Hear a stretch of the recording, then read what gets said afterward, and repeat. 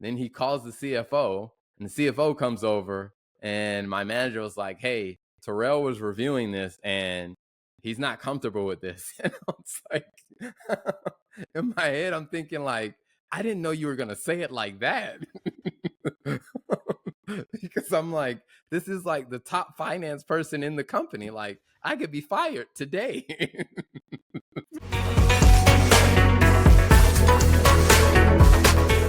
I'm just curious, when you work in private accounting, do you normally work with people at your same age at that time, or people normally at the older age? Oh no, I was definitely the youngest. So I would say my I guess my manager was probably about, 10 years older than me, at the time, and he was probably the closest to my age. Now there were some people who worked on like the manufacturing floor that were around my age, but when it came down to like working in the office setting, like I was one of the younger people, and which it made me stand out because like I was one of the very few people that worked on like the office side of the plant, and everyone knew me because I was the young one. And then eventually they started bringing in staff from the company I worked for was called Navistar at the time, and they they had a finance leadership program. So one of the rotations in the program is they would have like a new college grad that would come and that would work there, do like a 6-month assignment. So when they started having that role, then there was another person on the office side who was my age. And so, but before that, for like a year, I was the youngest. I was known as the young one, is what Well, they called me.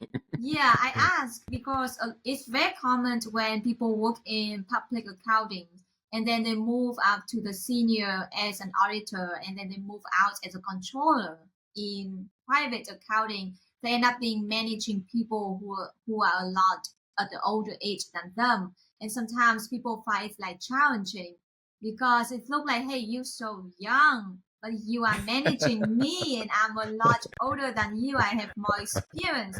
I don't know if you had that experience in the past. Yeah, so fortunately, like it wasn't an everyday thing in that first job that I had, but at one point when we had to do our physical inventory, so I mean it's a very big deal because you're shutting down operations. We need to do the physical inventory. You got to give direction, and so the controller at the site had put me in charge of it. So he's like, "Hey, these 65 people are reporting to you for today, and they're going to get instructions from you." And he was like, no pressure, but hey, every day that production is down, we're losing about $1 million. So don't mess this up. And so It sounds very nervous. Like, oh my God.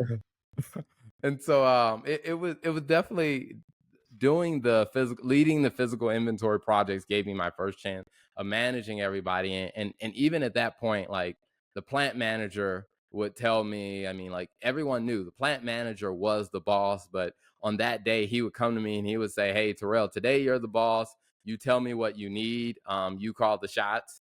And so being able to manage people that were much older than me, and I remember like there was one situation where we were counting some stuff, and one of the ladies from accounting, that she had been there for years, and she was probably at the time she was probably in her 60s, and I was in my early 20s, and she came to me and she was like, "Well, I disagree with this procedure," and really just having to have that conversation with her, and then like, "Hey, I understand that you disagree, but this is the way we're going to do it." And she was like, "Well, that's not right." And it's like, and just having to have that conversation with her, and just really like I had to really know what I was doing.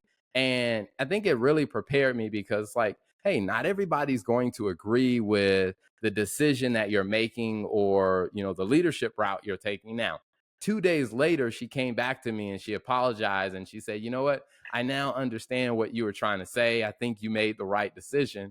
And at the time, I was just like, well, you could have let me know that in a moment instead of arguing with me about it.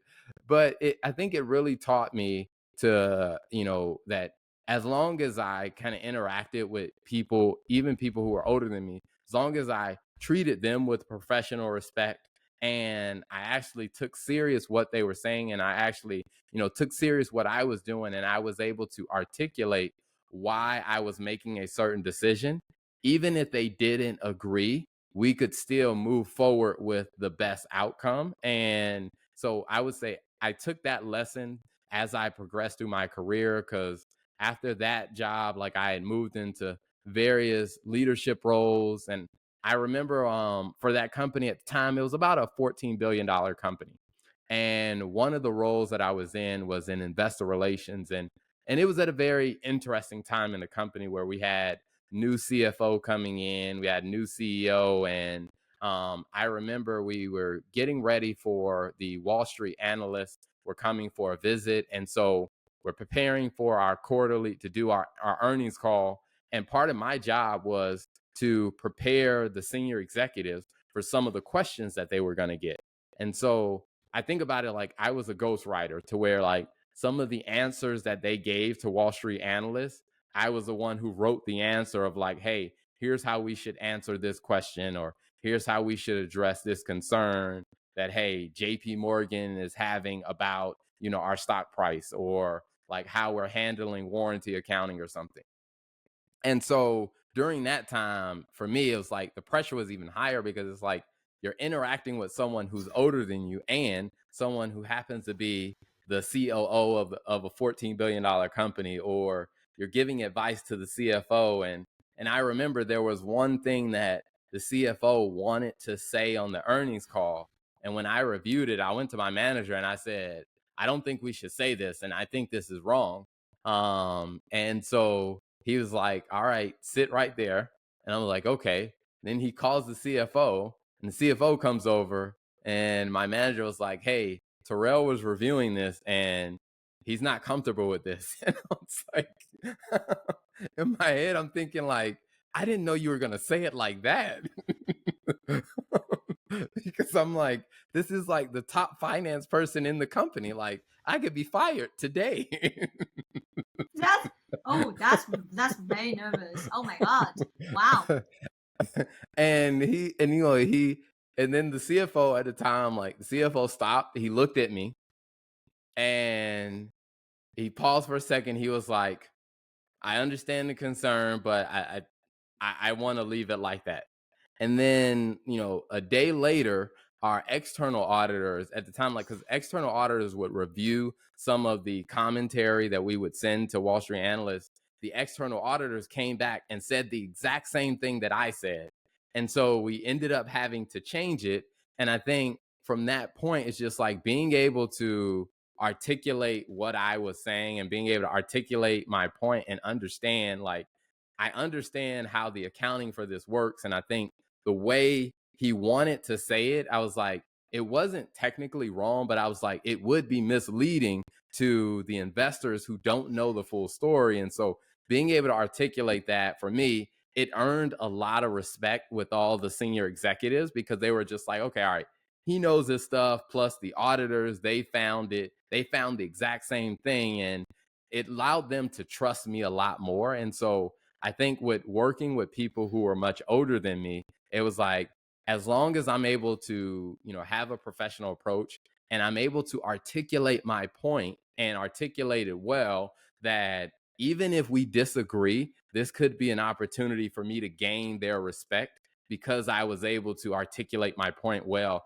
and still stay professional.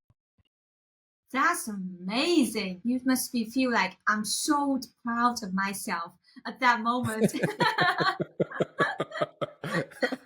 I will say, when after he left, that rest of the day, I was like, oh man, I'm gonna be fired. Like, just like, I need to prepare myself. And then, like, say, when the auditors came back, I'm like, I felt it was a sense of validation, because it's like I was right. Like, I saw it, I noticed it, and not only that, it's like I was more proud of myself of the fact that I actually brought it up, because I could have just noticed it and just not said anything at all, because I had a feeling it would agitate the CFO at the time, because he was going through. I mean, there was a lot of stuff going on in the company.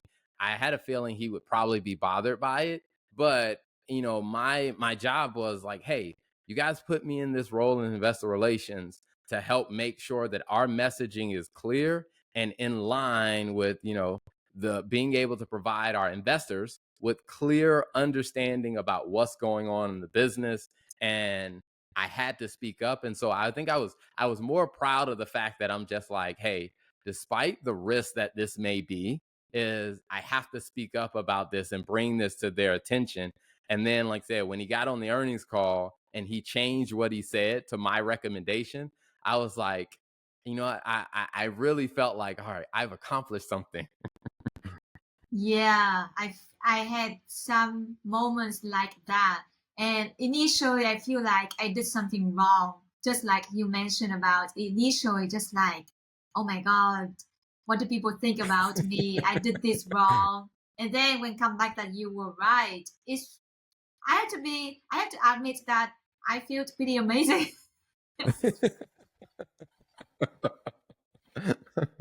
There's I think nothing it wrong. feels awesome. Yeah, I feel awesome. That there's nothing wrong to have that feeling, and you deserve it. You deserve it. And then, Absolutely. yeah.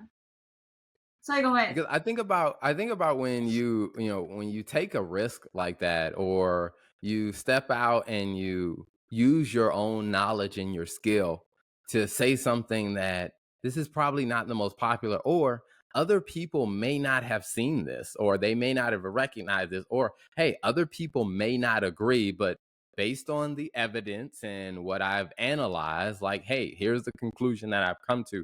And I think when you step out and you take a risk like that, and then you find out on the back end that you were right, you do feel like, man, I'm very proud of myself. Like, I feel really good. I know. That's an awesome feeling. Yeah. So you work after you work at Navistar Inc. for about 3 years. You moved to GE Aviation. Was that experience from GE Aviation? The experience that you just shared with us? So that experience was at Navistar, and so Mm. after that experience, like I said, I earned a lot of respect from different leaders, and after that role, I got a chance to move down to South America, and I did a finance role where I lived in Brazil and worked with the business unit there, and that was very interesting because there I got a chance to, I was living in Brazil, working with the business entity down in Brazil. Plus, part of my role was to be the finance support for the engineering team. And we had engineers in India, and then we also had a joint venture in China. So it's like having to manage all of that. And that's where I really got to learn how international business works in reality, as opposed to just how it works in the textbooks. And so I would say that experience was really good, and I think what it did is it allowed me to take my finance skills and then drop me into a completely different, scenario of I'm working with a team in Brazil where their predominant language is Portuguese. You're working with a team in India, and then you're also working with a team in China, and it's not like we were working with our staff in China. We were working with a joint venture in China. And so it's just like you're having to understand the workplace culture of India, workplace culture of China, the workplace culture of Brazil. And then we started doing a joint venture in Argentina. So you're trying to like figure out all of these different cultures from around the world. And then you're trying to translate all of that back to the team in the US.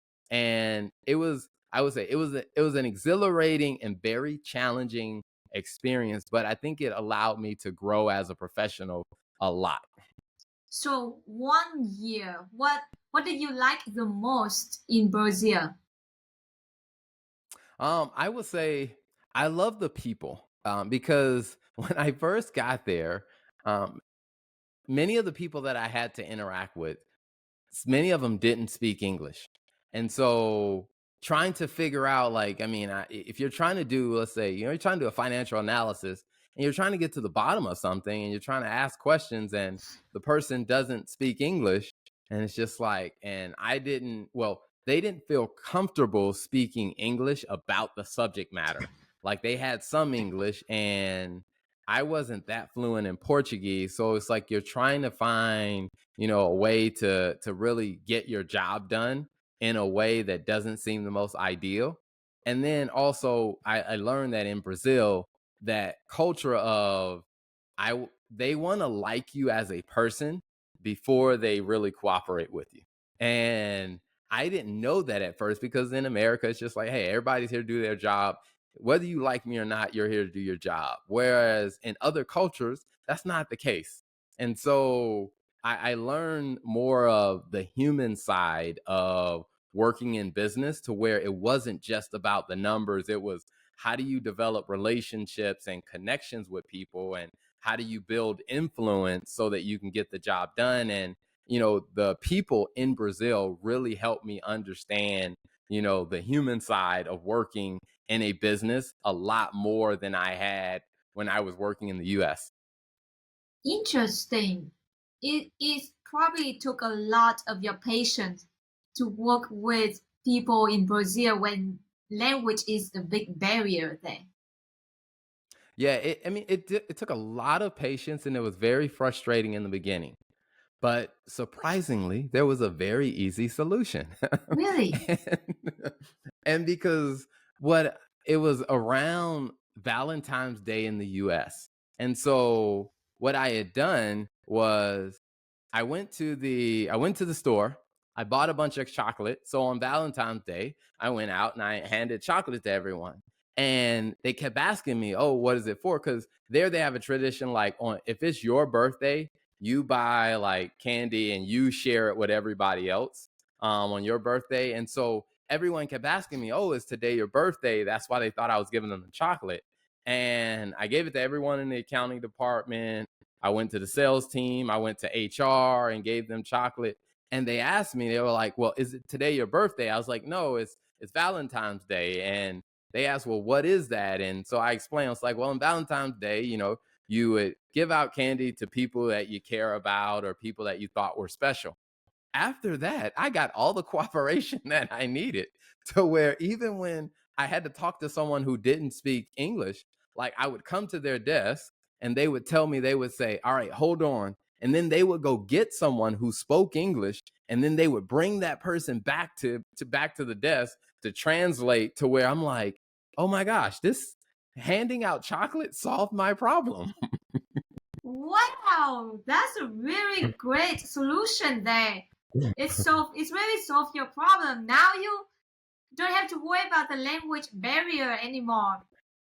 Very Absolutely. smart. Very smart. Yeah. It definitely, I mean, like I said, it really taught me to really take a step back and just look at, all right, let me just look at, developing relationships with people. And sometimes when you're developing connections and relationships with people, is that it really doesn't take that much to really connect with people. But when you really go that extra step in doing some of those small things, it can go a really, really long way. And I will say that's probably one of the biggest lessons that I took into now, running a business myself, of really having staff members, employees. It's just like, sometimes those little things are the huge game changers that really make, the relationship work a lot better. That's a great lesson there. If you take care of your people, they will take care of your business. Absolutely. Yeah. It's just like all it took was a little bit of chocolate. I wish it applies to every cases. That would be amazing. That you just buy chocolate and then you can just get people attention and then get people, I would say, appreciation or like cooperation. Oh, that would be awesome. That would be awesome. I would love that. I will go out and buy a lot of candies and chocolates. Oh my god. After you work in Brazil for a year, you move back to work at Navistar for only 3 months, and then you move to GE Aviation. What Yep. was the So reason for that transition? So when I came back, the company was going through some significant changes, and they decided to change out some roles. that they had. And so at the time, I was just like, okay, the company is changing roles, and the positions that I was interested in were no longer existed at the company because they were divesting certain parts of their business. And funny thing is, while I was in Brazil, I had ended up meeting a gentleman who worked at General Electric, and just kept in touch with him. And I reached out to him, told him what the situation was, and he was like, "Well, I'll check a GE to see if there are any open roles." And there was, because I was ready to go from just being on the finance team to actually leading a business unit, like being like the lead finance person in a smaller business. So General Electric had bought a business outside of Washington D.C., and so I accepted the role of being the finance leader there, to where my job was to work with the plant manager, work with the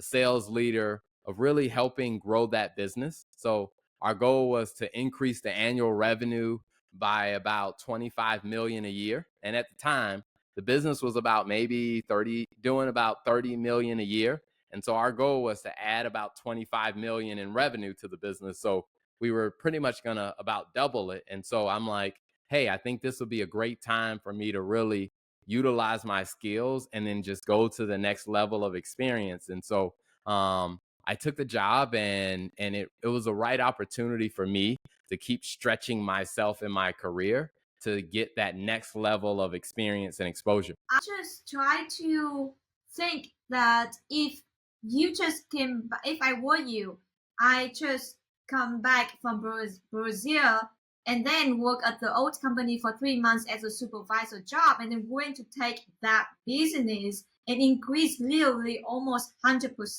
revenue. That's a lot of work and then a lot of risk. You must be so brave to take that jump. What motivates you to do that? Because it seems like it's a lot of pressure on your shoulder.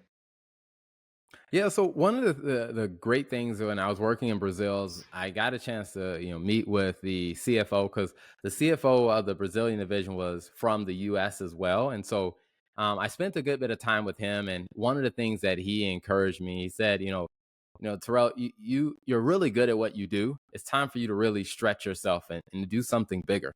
And so when I came back, that was my focus on, like, all right, how do I stretch myself to do something bigger? And like I said, I always wanted to run a business at some point. And I was like, you know what? I think now is the time to really stretch myself to go bigger, because when I got back, the supervisor role that I took when I got back, it wasn't it wasn't as challenging for me. And so I'm like, I wanted to take on a bigger challenge. And when I got the opportunity to, go to General Electric to be a finance leader, I'm like, this is the right challenge for me. And I will say, the challenge was, it was a lot of pressure, and it was more than what I was used to. And one of the things that I loved about being in situations like that is like, hey, it's going to force you to grow, and it's going to help you grow, is being in that opportunity, taking on the challenge, figuring it out. Now, I will say is what I